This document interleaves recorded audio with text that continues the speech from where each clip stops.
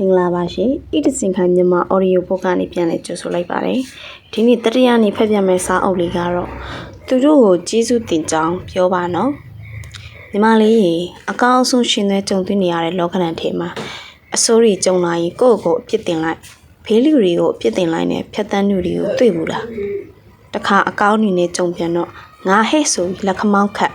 ငါတော်လို့ပဲဆိုပြီးခေါ်ယူကုညီသူတွေကိုမိထားခဲ့သူတွေနဲ့ရောကြုံဘူးလား။လူတွေရှင်သန်လာကြတာကြွေးဟောက်ဆက်ကြဖို့ကောင်းမှုတွေပြုပြီးအလင်းရှိရာကိုဥတည်ကြဖို့ပဲညီမလေးကို့အသက်မွေးဖွားလာရတဲ့လူဘယ်သူမှမရှိဘူးကို့ဘဝကိုเจ้าမို့တာမွေးဖွားလာကြတာမို့ကို့ဘဝကောင်းမှုဘယ်သူမှတာဝန်မဟုတ်ကို့ကူညီဖို့ဘယ်သူမှရှင်သန်မလာဘူးကို့ချစ်နေဖို့ဘယ်သူအလုံးမှမဟုတ်ဒါပေမဲ့ရှင်သန်ခဲ့သမျှကာလတစ်လျှောက်လုံးမှာကို့ချစ်တဲ့သူအများကြီးကို့ဂရုစိုက်တဲ့လူတွေလည်းအများကြီးကို့စေတနာထားကူညီတဲ့သူတွေလည်းအများကြီး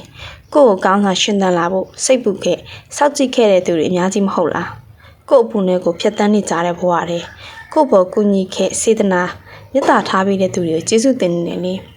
ပြီးတော့သူတို့ရှင်သန်တာကို့အတွက်မဟုတ်ပါပဲမကူညီလဲရနေတာကို့အနစ်နာခံကူညီပေးခဲ့တာကိုကျေးဇူးတင်စကားပြောရမှာမဟုတ်လားညီမလေးကို့ဒုက္ခပြီးနေတဲ့သူတွေအပြစ်တင်ခဲ့ကြတဲ့လူတွေကိုလည်းမုန်းနေနေပေါ့ကို့အတွက်မွေးဖွားလာတဲ့သူဆိုတာမရှိလို့သူတို့ကို့ပေါ်မကောင်းတာထူပြီးဝမ်းနဲ့မနေပါနဲ့ညီမလေးသူတို့တောင်းမှမဟုတ်တာ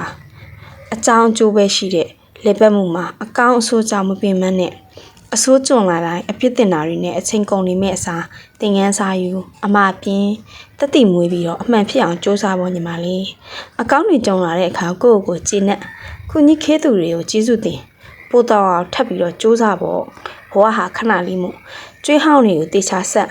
အလင်းတဲ့ကိုဦးသည်တို့တွေဒီထက်ပိုမြင့်တဲ့ပန်းနိုင်စီကိုလှမ်းရအောင်ပါပဲမို့ခတ်တွတ်တာစူးစမ်းကြပါပေါ့ညီမလေးရေ